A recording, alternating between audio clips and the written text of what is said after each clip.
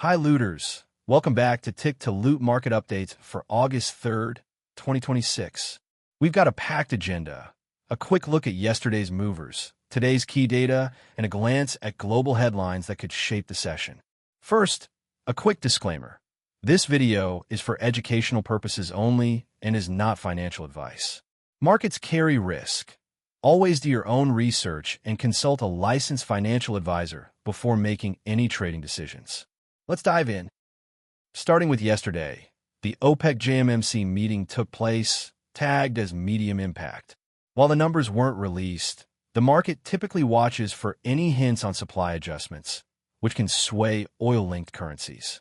Australia observed a bank holiday, meaning the AUD saw reduced liquidity and muted price action.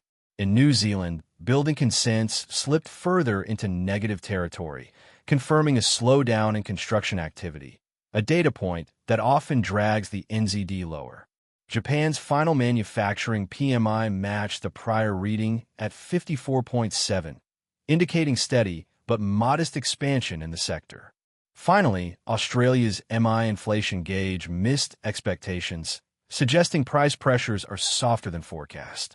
Each of these pieces nudged sentiment and liquidity across the FX landscape. Moving to today's calendar, the first item is German retail sales for the month. The figure came in at a minus 0.4% change, well below the 1.1% growth that analysts had expected. Retail sales are a direct gauge of consumer spending, and a miss like this can signal weaker domestic demand. Traders often watch this data for clues on the euro's near-term direction, especially because Germany drives much of the eurozone's economic weight. Next up, Swiss CPI for the month. The consumer price index rose 0% from the previous month, a slight dip from the prior 0% reading, but still above the minus 0.1% forecast. Even a flat reading in Switzerland can be meaningful because the Swiss franc is often seen as a safe haven currency. A stable inflation number may keep the Swiss National Bank's policy stance in focus, especially as markets weigh the balance between price stability and growth.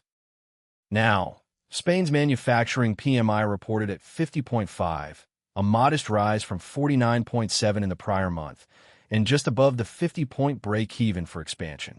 This suggests the Spanish factory sector is inching back into growth after a period of contraction. While the impact is low, the data adds a piece to the broader Eurozone picture, hinting that some southern economies may be stabilizing. Switzerland's own manufacturing PMI came in at 54.5, a slight uptick from 54.3.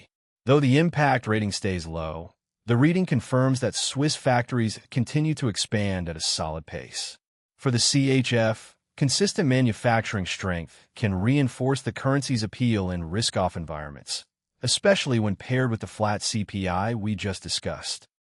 Italy's manufacturing PMI posted 52.5, edging up from 52.2. Like Spain, Italy's data shows the sector remaining in expansion territory, albeit at a moderate pace. The Eurozone's northern economies are often seen as the engine, but southern data, like Italy's, can provide supportive context for the broader Euro narrative. Turning to the headlines, China's manufacturing PMI slipped to 50.9, marking the 8th consecutive month of growth but also a 4-month low. The slowdown suggests that while factories are still expanding, momentum is easing. Global traders keep a close eye on China because its production health feeds into commodity demand, risk sentiment, and ultimately the strength of currencies tied to trade flows. Putting everything together, we have a mixed European data set: weak German retail, stable Swiss inflation, and modestly improving manufacturing across Spain, Switzerland, and Italy. At the same time, China's easing PMI adds a subtle risk-off bias, as investors may temper expectations for global growth. The combination can keep the euro under pressure from the German miss, while the franc may hold its ground thanks to steady inflation and manufacturing. The broader market may see cautious positioning as traders digest these layered signals. To recap, today's focus points are the unexpected dip in German retail sales, a flat Swiss CPI, and incremental gains in manufacturing across Spain, Switzerland, and Italy. Meanwhile, China's PMI slowdown adds a layer of global risk awareness. All of these factors together shape the tone for the day's FX moves. But remember, we're only providing educational analysis, no trading recommendations here. That's it for today's Tick to Loot market update, looters. If you found this breakdown helpful, smash that like button, hit subscribe, and ring the bell so you never miss tomorrow's quick dive. As always, stay curious, stay informed, and trade responsibly. Catch you in the next video.